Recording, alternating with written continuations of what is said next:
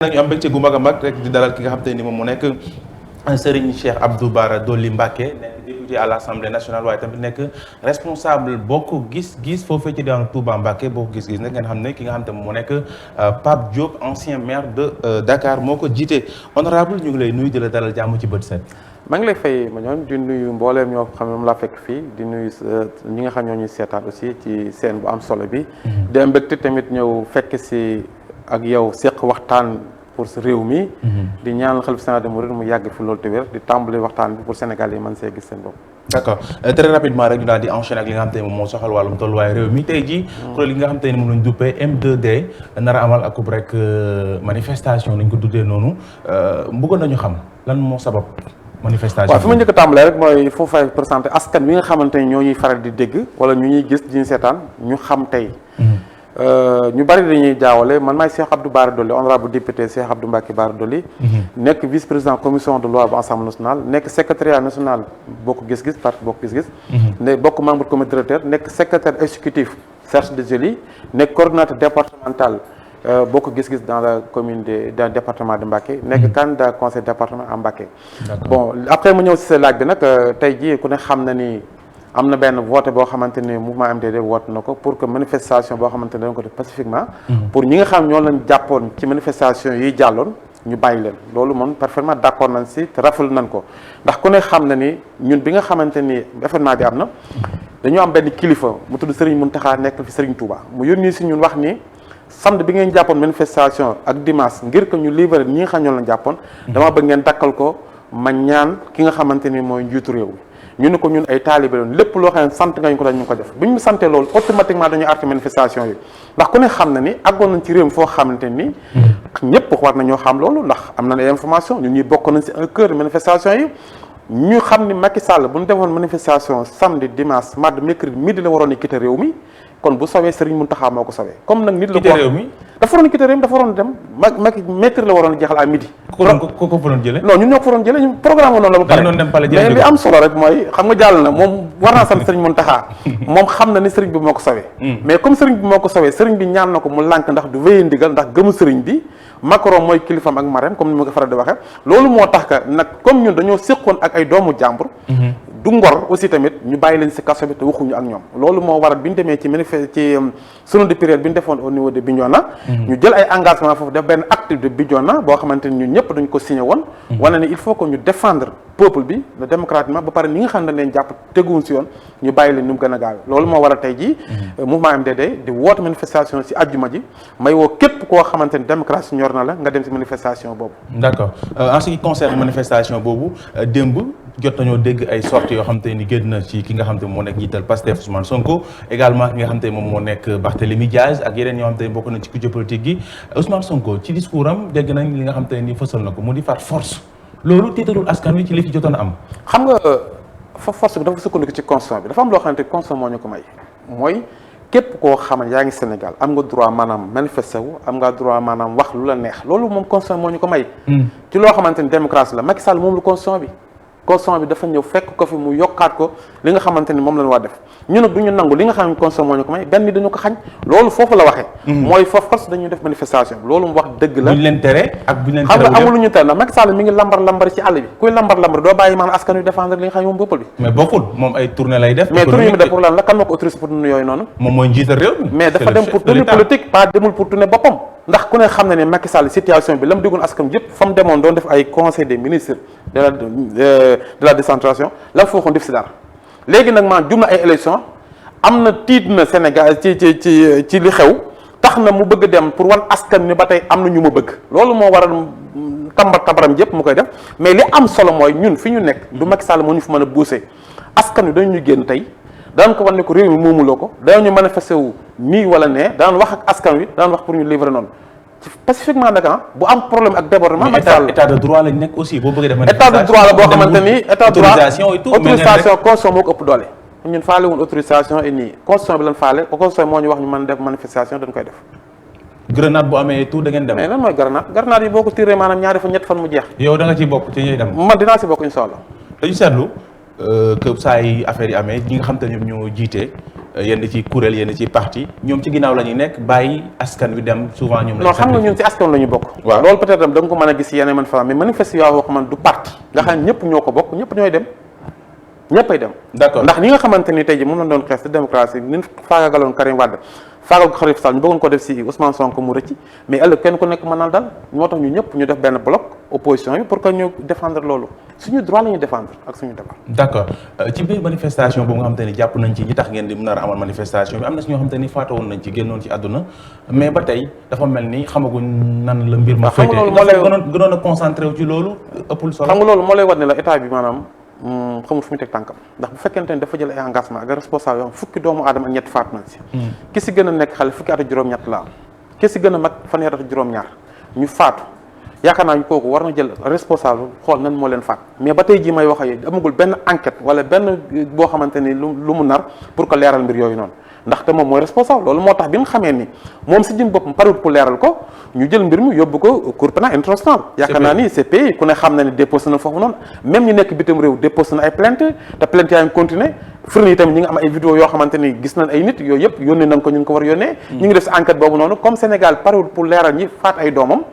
ñun ñi nga xamante ne dañoo bokk si doomu Sénégal ñu jàpp ni Sénégal ñoo ko mën a génn si fi mu nekk pour ñu yóbbu ko fi nga xam ne fa la mbaxane dana benn fa nga jàpp ni politique bokkul si li nga xamante moom lay doxal foofu noonu loolu moo tax loolu ñu kii mais situation bi dëgg man dama def Macky Sall si war a dajee ab jàngat mais en tout cas nit la koo xamante ni du jàngat ba pare dafa yàpp askanu Sénégal yu mu jiite ndax mënu ma nangu nit koo xam yaa ngi rey sa peuple di rey say ndaw ba pare di leen digub liggéey xam nga kooku ko waxuloo dëgg mbooleem li nga xamante ni nguur gi fi jaar jamonooy Senghor jamonooy Ablaye Wade Abdou Diouf li Macky Sall faatu si nguuru Macky Sall gi ci ay xale ay manifestation ak yu demee noonu mu sa am kooku nag moom mooy responsable ndax moom lañ dénk suñu alal dénk suñu koom-koom dénk suñu sécurité foofu faatu suñu mel noonu mooy responsable d'accord Fat nu mu tuddee sa li nga xam ne moom soxla wàllum CPI goo ngeen bëgg a yóbbu Macky Sall ginnaaw bi nga xam te def yoon ngeen fi fan yee passé ab mémorandum ca ginnaaw ga gis nañ ki nga xam te ni moo nekk maître El Hadji Diouf moom aussi da leen a yóbbu aussi fi nga xam te moom moo nekk CPI discours bi nga xam te ni def na ko fa yow mi ci sa bopp sa am na kaddu yoo xam te ni teggi newul pour ñu wax ko ci plateau bi yëkkati woon na ko teg ko ci sa ndodd man nag bu ma sañoon du ma wax ko dof ndax moom dof la dof moom kenn du ko tontu continuel ma jox aja ñu daal dugg ci li nga xam te moom moo nekk élection locale yi nga xam te ni moom la ñu dëgmal ak lépp loo xam te ni gis ngeen li nga xam te moom moo ci am dama bëggoon xam ba xam ku jëpp politique yi seen xel dal na ci par exemple que ne le 23 bi nga xam te moom moo nekk janvier 2022 Macky Sall dina amal élection yi wala sax bu fekkee dina ko amal est-ce que dina ko amal ci anam bi nga xam te nii noonu ngeen ko bëggee woon waaw xam nga moom allah kulli Macky dana am élection yi xam nga maanaam moom day gudd lu jël rek mais ci date bi laa bëgg wax ba xam dina ko ndax tey ji boo xoolee ñun li ñu bëggoon mooy décembre 2021 ñu def élection yi ndax moo tax bi nga xamante ni procès bi ñëw na assemblée nationale man mii di wax yow maa defoon amendement ci turu peuple bi ba mu ne peuple bi nag ñu fa teewal askan wi da nga xamante ni xooluñu intérêt Macky Sall suñu intérêt réew la ñuy xool ma ne amendement bi may def neen bu fekkente ni yéen lii bëgg ngeen ko nañu def élection yi ci mois de décembre 2021 bu ko defee bu ñu demee maanaam ba 2022 ñu organiser élection législative député yi nga xam député Macky Sall la nga xamante ni loi bu fi jaar wote nañu ko pour ñu mën a génn ci assemblée nationale ñu indiwaat maanaam beneen tête yu bees yoo xamante ni pour ñu mën a développer réew mi mais ñoom d'accord woon si loolu ndax li tax mooy Macky Sall si boppam moo yónnee assemblée nationale wax ay député ne leen mandat bii nga xam moo war a jeex 2022 dama ko yokk ba 2024 xam nga loolu dafa grave ci réew mu toll nii léegi nag comme loolu xam na ni maanaam moom élection bu demee législative dootu am majorité 200 dana ko dese pour mu dem élection présidentielle 2024 xam ne diggante boobu ba assemblée amee majorité opposition bi dañuy def maanaam li naan cohabitation loolu du ko avancé loolu moo tax mu ni kon élection yi daf koy dàq 2022 local 2022 législatif xam nga ne am réew mu toll ni Sénégal ak ndóol gi mu ndóol attunu loolu ñun si loolu lañ xamoon sukkandiku ñun problème mu date concerné wu li ñu concerné mooy suba doon élection man fu ma dëkk damay gagné Ousmane Sonko fu mu dëkk danañ gagné keneen ak keneen fi mu dëkk war naa mën a gagné fi ma ko teg mooy peuple bi ñun la àndal Macky Sall ba ma lay xamalee mooy président de la République seul boo xamante ni yaa ngi ci réew mi mosoo gagné département Mbacké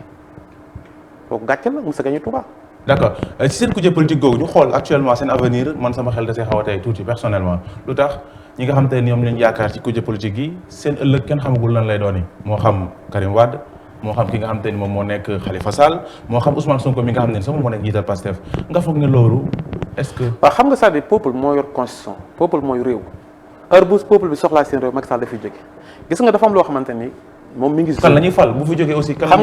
nga ki ñuy fal ëllëg yàlla moo ko xam peuple bi si boppam pare nañu pour jël ko fi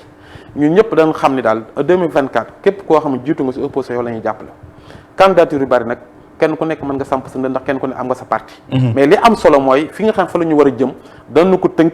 teg lu leer ñi nga xamante ñoo fi nekk ñu jël leen fi jéem a tegaat raay bi jéem a def maanaam ay réformes yu bees yoo xamante ni pour Sénégal mën a jëm kanam man mënu ma concevoir tey situation bi ñu toll nii Macky Sall ñi nga xam mooy njiitu réew mi ni da nga am problème mu Covid ni Assemblée nationale jox leen 1000 milliards ñu jox la 1000 milliards nga jël jox sa goro jox sa ministère jox kii au lieu que maanaam nga ñëw leeral loolu nga indiwaat loi yooyu nga xam ne mooy ordonnance yi nga doon def Assemblée nationale pour ñu def rectification yi ba pare ngay doog a waxaat ministère yi nga xamante ni maanaam ñoom nga yebaloon François Ndiaye pour mu dem maanaam xool leen ñu def rectification Assemblée nationale woote ko ba pare li nga xam mooy rapport bu dikkagul est-ce que loolu maanaam responsable si koo xam ne dañ ko war a jox maanaam njiitu réew Sénégal fi mu toll li Macky Sall di doxale réew mi bu ñu ko xamoon ñoo koy gën a jëppale dafa yàqal lu réew mi di pasare xaalisu askan wi ba pare du leen wax dëgg jël sécurité bi mu war a jox askan wi jox ko bopp ak njabootam est-ce que loolu jaar na si réew mu normal ba pare yow nga yore parce que 9000 milliards si ay bor. est-ce que jox na ko njabootam tamit. ngay dem maanaam. di dugg si loo xamante ni kenn xamul lu mu doon. loolu est-ce que maanaam normal ci réew mi fi mu toll nii may wax ak yow 52 milliards dañuy fay par weer di fay 54 milliards salaire. mais loolu est-ce que Sénégal attan na ko. yow yaa ngi ni mun amul at la am da ngaa bëgg ñu jéggal say bor ba ngay lambar di lebi bor di wuti tey jii ngay ñëw fee di lambar encore président la di dafay lambar laa la wax di lambar si réewu France yi naan bàllee ma samay bor tey jii may wax ak yow nga lambar foofu noonu di jënd avion 59 milliards est-ce que loolu ci réew mu normal jaaru na ba pare maanaam bu wax jotee wala jëf jot ngay wàcce caa il faut que askan wi xam ni Sénégal Macky Sall moomu ko bàyyee moomu ko dafa ñëw fekk fi démocratie ñu jox ko réew mi mu toog fi war fee jóge na yor suñu réew mi ci dal ak jàmm bu fi jóge bàyyi fi jàmm mais xam na ni jeexal na te wër na ko nii maanaam lii nga xamante ni moom la fa def si ay tuuxi doon ak tajanga bu fi jógee mën na ko topp ci yoon loolu moo tax mu bëgg a jaxase lii mais loolu askan duñu ko nangu ñi nga xamante ni mooy kilifa yi aussi duñu ko nangu ndax réew mi suñu réew la duñu nangu mel ni Macky Sall ñëw bëgg a tàggale maanaam famille bi bëgg a tàggale mbokk yi bëgg a tàggale ay xeet yooyu yëpp yaakaar naa dafa war a jàkk si réew mi te loolu la Macky Sall doxal boo xoolee bu mois de mars bi mu passé li ma lay wan ne la amul vision li mu njëkk a def mooy Fouta da nga xam jàpp na ne moom fa la war a am dara fa la organiser maanaam ay meeting 150 milliards francs CFA. ministre de finance ak ñooñu dem foofu noonu. ñu ne wax déet waay mu ñu day tabax ay hôpital yi mu tabaxoon waxoon na 42 milliards francs CFA man budget Assemblée nationale ministre bi nga xam ne ministre de la santé bi mu ñëwee ñeenti hôpital ñu ñoo ko wote Assemblée nationale. ku ne xam na ne hôpital bi nga xam mooy bu Kaffrine bi la fa def mutul 24 milliards te sax fi may àggagul. dañ ko peinture noonu rek biir gi amul dara occupation muy dem foofu noonu amul dara équipement jël maanaam 70 milliards francs CFA def ko ay mobilisation pour ñu dem teeru ko foofu noonu mu jaar si kaw tëli bi ñuy déetuwaay seen ndaatagoo ñetti doomu aadama faatu nañ si est-ce que dégg nga mu wax si dara ginnaaw ñun buñ leen jaalee pare te moom moo war a jël seen matuwaay jël seen responsable jël ay engagement ci ñooñu ndax ay doomi jàmm yoo xamante ni moom moo tax ñu faatu ndax bu demutoon si li nga xam mooy tournée politique économique am boobu noonu duñ faatu kon jàpp naa ni il faut que nga xam ni du tàggeen ki da nga bëgg sowee sa bopp wala nga bëgg a wan nit ñi naan am na ñu ma àndal nit ñi ànd ak Sénégal yi nga xam ñooy Sénégalais yi ñu ngi toog seen kër mais jëli fi ay car fay ay nit ñaari junni pour ñu teeru la si benn bis ñaari fan nga yor fanweeri 4x4 ay V8 sa fa lañ kenn ku nekk plein 80 000 francs ñaari messi yaakaar naa loolu yàpp Sénégalais la te la mu fa doon wuti fa dara loo xamante ni luñ mën a teg bët la ndax fenn fu nekk la mu fa digge woon man de région bi ma dëkk muy département Mbacké particulièrement Touba la mu fa digge woon def fi dara hôpital bi àggul assainissement yi dañoo gas pax yi tàggale maanaam ab dëkk diggante maanaam Guédé ak Xayra duñ ko tàggale Kër Ñang Xayra duñ ko tàggale foofu yëpp ñu waroon faa def 2 fois 2 voies def éclairage fi may wax yow furax daal di xëddee boo jël li nga xamante ni tey jii maanaam moo jëm POFDI nga xam mooy bassin rotation ban foroon def ba léegi fi mu doon ni bassin ba baaxul te fi mu doon ni nawet bi tàmbal na asamaan si taw na nit ñi jotaguñ seen jiwu ñun dund gi yokk na mais yow loolu warul toog sa ruq yow nga woo ay techniciens ni leen dama bëgg ngeen xalaatal ma sama avenir u réew ngeen xalaatal ma fan laay teg sama tànk mais lu dul yow loolu defuloo ko mais yow yaa ngi xool loo xamante ni chaque jour que da ngay jàpp ni nit ñi yow la ñu àndal nga bëgg a masque wu li amoon Dakar tax nga bëgg ko yóbbu Fouta ay côté Saloum ëllëg mi ngi jëm si côté Bambey Touba jëm noonu mais ñu ngi ko xaar foofu noonu bu ñëwee Touba dana xam ne moom Touba bokk si ñuy fonto li nga wax nii yëpp am na solo lool waaye li ñu gis ci biir terrain bi dafa xaw a wuute ak yow li nga wax nii léegi parce que mi lan bi mu demee Kaffrine bi mu demee Kédougou bi mu demee fépp fi nga xam te moom la def ci première partie bi gis nañ mbaboor gi ko topp mais gisoo brassard rouge yi xanaa brassard rouge yi waaw ak xeer yi nga doon sànni yi nga ko doon sànni gisuma ko demal da nga koy xool kon yow bëggoo ko gis est-ce que da ngaa nag Macky Sall Macky Sall non man. ah non est-ce que ne ko affaire buy nëbbutu man. non xam nga ne Macky Sall wér na ni bi muy dem. Fouta gi ñu tàmbali nii. Macky Sall gis nga yow bi muy dem am na ay militants ak ay citoyens yoo xam ne ñu ngi ko doon sànni ay xeer. am na ñoo xam dañoo takkum brassard rouge di ñaxtu bi mu ñëwee ba taxaw si ñoom la jël brassard te moom waxoon ni bëggul lu gis lu xonq. yaakaar naa loolu lépp dañ koy wan ne ko faale wuñu la. ñaareel bi mooy Fouta ku ne xam ne ni Fouta tampi googu ngay dégg tey waa Fouta xam ne ni Fouta tampi waxuma la Fouta mais Sénégal tampi ndax réew mi ñi ñu doon duddee ak li mu doon diggee ak li mu doon waxe méngoowul ak ni muy doxale réew mi fi mu doon li ma gis mooy dina ci Faye Sall te dina ci Faye Sall sax léegi tàmbali naa xaj na gis nga tey goron bi li mu gën di wax fan yi nii moo lay wan ne la ñoom ñëpp fi mu doon nii dañoo sës dañoo sonn nit nag boo ko poussé muy muus boo ko poussé ba mu sës si miir balaa dem fenn da lay song mooy Sénégalais yi fu ñu war a àggal Macky Sall li Macron peuple am def ko foofu la ñu war a àggal Macky Sall fi mu toll nii waaw alors ci wàllum élection locale ak seen taxawaay ci dayowaay gis nañ dégg nañ ci xibaar ñu ne foofee nga xam te moom mu nekk ci diwaanu Mbacké fësal nga fa sa candidature. waaw xam nga ni kay man candidat lay doon. sans concertation. non concertation xam nga sax ni concertation peuple bi moo ëpp doole concertation keneen man li ma soxla mooy peuple bi nga xamante ne ñoo may fal. waaye dafa am foo bokk. fi ma bokk parti la. waaw parti suñu secrétaire national moom dañuy wax ne bu ngeen demee na ngeen xool ñi ngeen mën a àndal. dem naa xool am naa fukki parti ak ñaar yoo xam ne ànd nañoo ak man pour ñu war dem élection.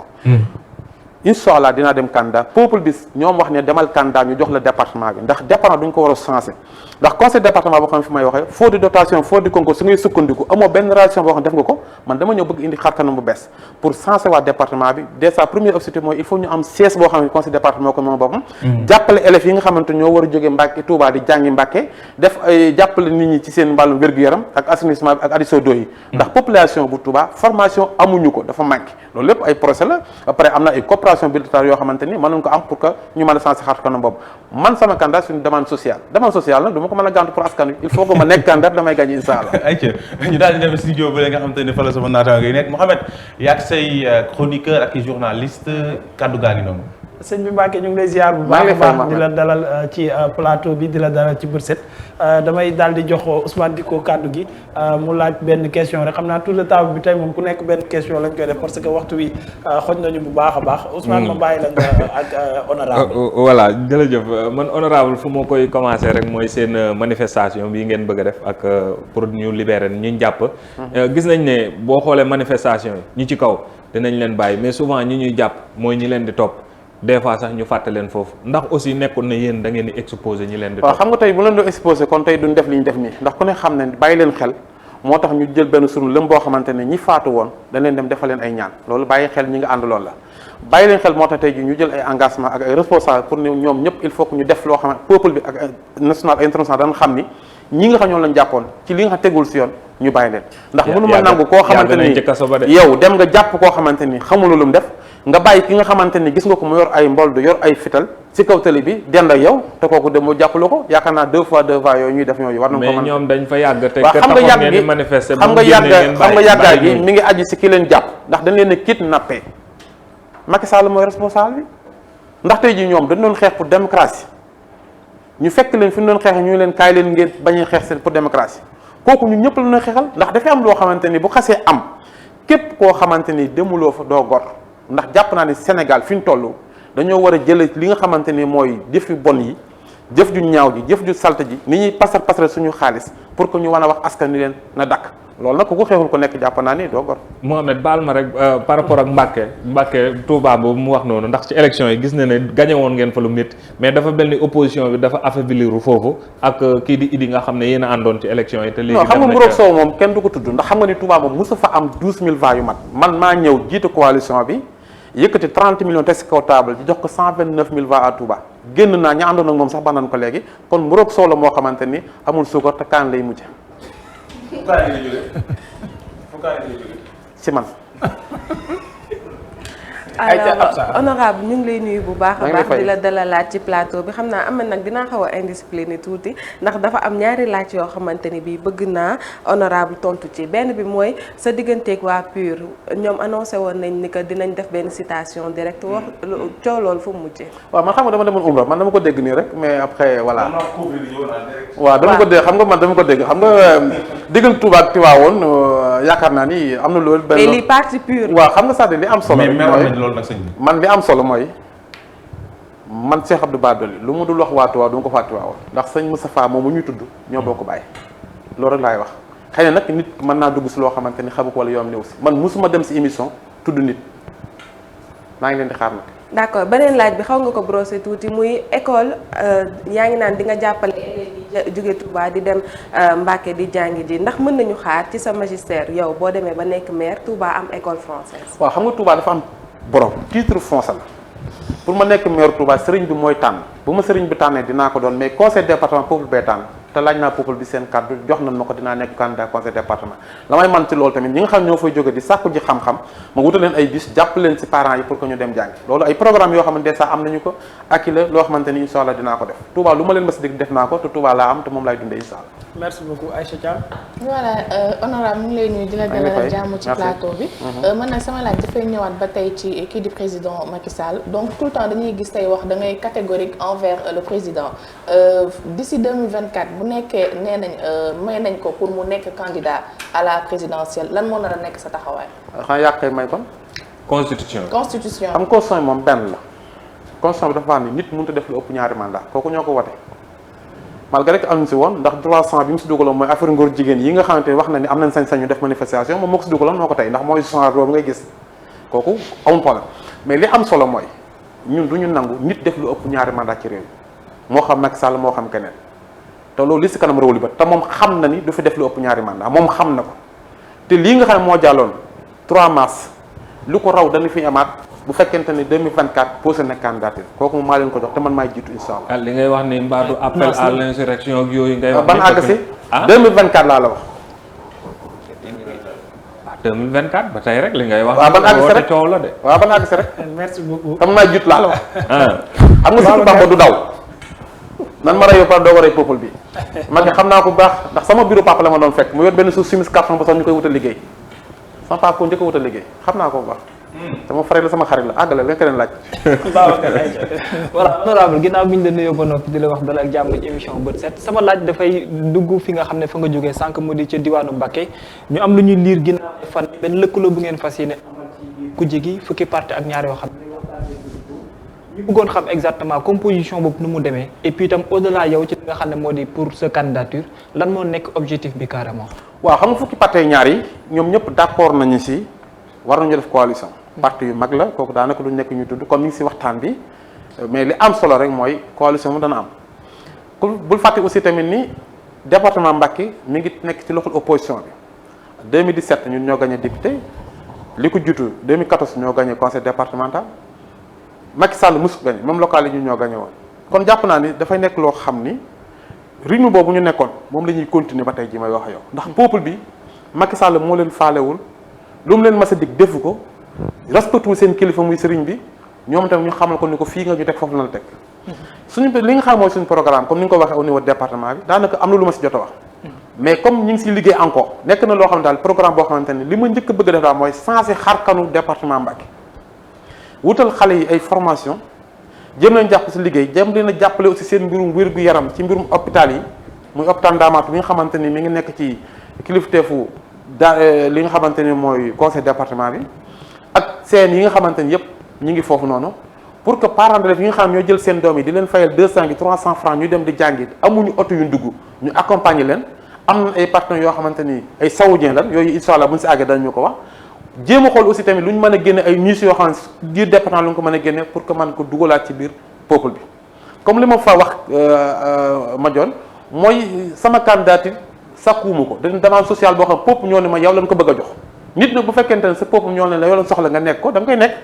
li si parti nag du président conseil départemental moo fa nekk ay maire ma nga fa premier vice président ma nga fa deuxième vice président ma nga fa secrétaire ma nga fa ba pare ak ña fa war a liggéey kon jàpp na loolu lépp c'est waxtaan lay doon bu juboo te waxtaan boobu ñu ngi si incha allah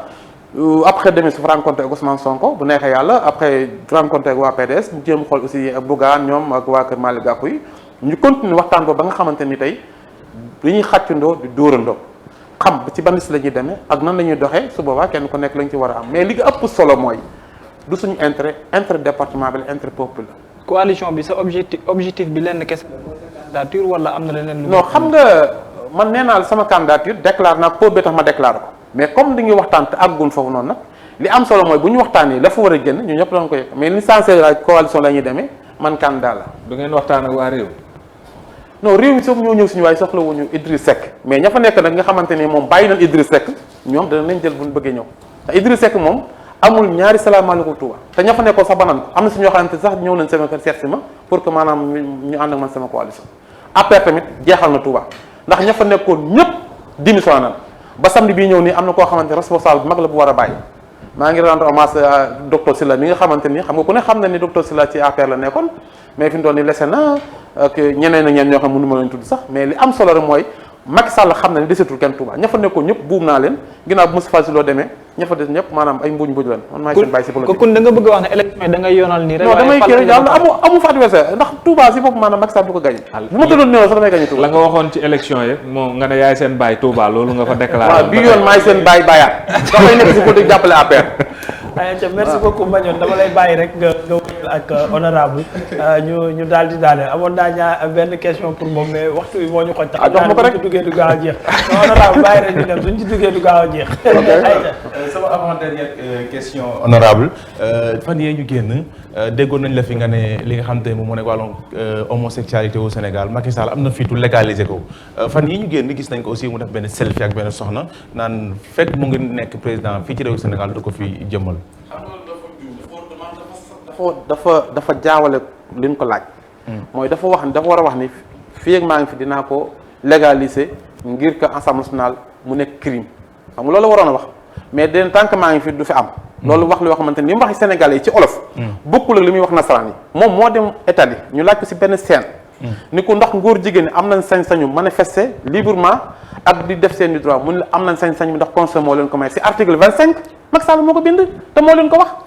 moo tax man bi manifestation bi amee ma ne leen jox leen ma loi bi ma proposé ko Assemblée nationale bu ko député Macky Sall wóotewul askan yëpp xam ni ñoom ñoo ko d'accord ba pare ñaari bi Assemblée nationale la muy doxee war nañ see mën a ko ndax bis 14 milliards francs CFA ñu jox la ko nga indi maanaam 4 instituts yu bees yoo xamante ni noonu loolu moo tax nga bëgg a yokk si budget ñu ne ban ak ban nga ne dama bëgg bu ma joxee collé budget bi dinaa fexe ba ensemble ma defaraat ko ndax ku ne xam na ne kër ga dafa màggat ñu ne waaw nga ne commission yi fa nekk dinaa leen maanaam jox ay moyens yoo xam ne dañu mën a liggéey benn commission bu mas a liggéey Assemblée nationale ba ñu ko falee ba ñu wekk budget ba léegi amul ñu ne waa dira nga ne dinaa recruter ay nit yoo xamante ni dañuy nekk ñoo xamante ni assemblée parlementaire ndax député bojo yu Macky Sall amuñu xam-xam pour que maanaam ñoom ñu leen di jàngal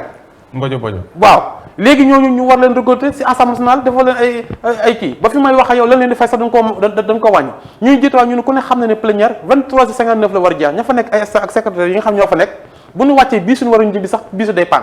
ñeenti point yooyu yëpp ba léegi benn point amu si te yokk na bis Assemblée nationale ba pare juróom-ñaar nit nga fa yoo xam ne dañoo retraité ba ma amoon temps dinaa la ko limal xam nga loolu limal rek xam nga yooyu dafa limal juróom-ñaar nit yooyu noonu trésorier dafa retraité secrétaire général dafa retraité absent secrétaire général dafa retraité absent touriste dafa retraité ah yooyu yëpp maanaam tey même Moustapha xam nga nit dafay am loo xamante ni boo bëggee doxal sa réew da ngay bàyyi xale yi ñu dem mais mënu ma nangu nit ko am 95 ans di jiite Assemblée nationale kooku jaaruwul mënu ma nangu tamit si réew mu normal benn pigmit nekk premier vice président Assemblée nationale loolu jaaruwul. kuy pigmit boobu. kooku xam ngeen ko. léegi jaarale si turam mooy premier vice président Assemblée nationale. nu mu tudd te mos a gagné Thiès. nu mu tudd àggal leen. pigmit. merci beaucoup. alors Mouhamed nga may ma ko rek. waaw ayca nga may ma ko rek parce que. xam nga réew mu normal rek réew mu normal Sénégal bu normal rek est-ce que kooku it waroon na sax ba maanaam mën a occuper poste. non xam nga citoyen dafa am citoyen dafa am doomu aadama dafa am yàlla mooy bind xam nga réew mu normal laaw réew mu normal dañu fi la ñuy yenn xam nga réew mu normal laaw xam nga Sénégal moo tumu ràgg rek ay kilifa quoi sama dernière question li ngeen yàq Macky Sall yëpp ci avion bi roplaan goo nga xam te jël na ko boppam dégg naa ne buñ koy dalloo réception bi di ngeen dem waaw xam nga ginnaaw bi nga xamante ni def nañ seen nañu juubal ndax dina wax ni 2018 lañ ko tàmbali man maa ngi loi de finance 2018 2019 ba 2020 amul benn yoon boo xamante ni wax nañ dañuy jënd avion présidentiel amul 2021 bii dem 2022 ci lu yokk bis ministre des forces armées à 64 milliards wax ni dañuy jënd benn avion commandement équipé ko mais bi ñu waxee loolu dañoo jàppoon avion militaire boobu da ngeen doon nelaw non déglu ma rek xam nga avion commandement bu ñu ko waxee ñun pour moom militaire la mais waxuñu avion présidentiel liiroo leen non liir nañ ko comprendre ngeen mais dama ne xam nga li am solo mooy ministre des forces armées li nga xam ne noonu lañ ko jox respect armée bi pas ministère bi pas Macky Sall mais armée bi lañ jox respect ak cër ba nga xamante ni ñoom lépp lu jëm si ñoom lu nekk dañ leen si jàppale mel nu man maa fexe ba ministre bu ñëwatee ñu def débat ngir lan takk takk der yi muy gendarme yi ak armée bi nga xam ne mënuñoo wax te danañ di maanaam amuñu ay matuwaay amuñu ay jumtukaay pour ñu leen di bàyyi xel ci loolu mais tey jii ñu jël maanaam lu toll 59 milliards francs CFA daq saale ko dugal ko foofu noonu pour jënd ko Macky Sall ba pare Macky Sall moom moo def ay décret ba administration bi yëpp ni leen yéen seen nday liggéeyul bu leen jënd avion mais man sama nday liggéey bu leen jënd oto mais man sama nday liggéey la mën naa jënd avion kooku saaga askan wi la saaga administration bi la loolu moo lay wane réew mi normal ba pare fi may wax ak yow nga dikk xale yi 450 milliards francs CFA fi le 21 bi dañuy wote loi de finances rectificative Assemblée nationale mais nee na 150 milliards pour xale yi 72 milliards yi nga xam ne mooy pour affaire vaccin yi te moom moo waxoon vaccin da koy maye kon jàpp naa am loo xamante ni man xawma ci ban réew la nekk moom day xalaat rek li waa ji doon wax benn yoon nee na Macky Sall bu ñu ko mas a laaj ñu ko may yow Macky yow bu la joxoon tey ji boo nekkoon tey Bill Gates na nga def mu ne moom day defal benn avion bi ne si kaw jaww ji ñaaw rek moom du visionnel xam nga moom koo xamante ni naaw rek nga fi nekk xamul lu xew si réew mi yaakaar naa ne kooku il faut que ñu xool dimbali ko ngir yàlla pour jëli ko si guutu gi mu nekk ndax dugul si guutu goo xamante ni amul xam-xam ñi ko jóge amuñu xam-xam ba pare dañoo sox teg kon kay war a leen mën a dem nag ci bu ñuy dalloo avion bi non xam nga loolu mooy peuple bi seen avion la jël nañ seen xaalis sàcc ko waxul Assemblée nationale dëgg avion bi ñëw na na ñëpp dem dugg si biir avion bi da ngay dugg ñoom moom merci beaucoup ñu ngi am mbégte di dalal ki nga xam te ne moom moo nekk honorable ki nga xam te ne moom moo nekk honorable député Cheikh Abdou Bara Dolly nekk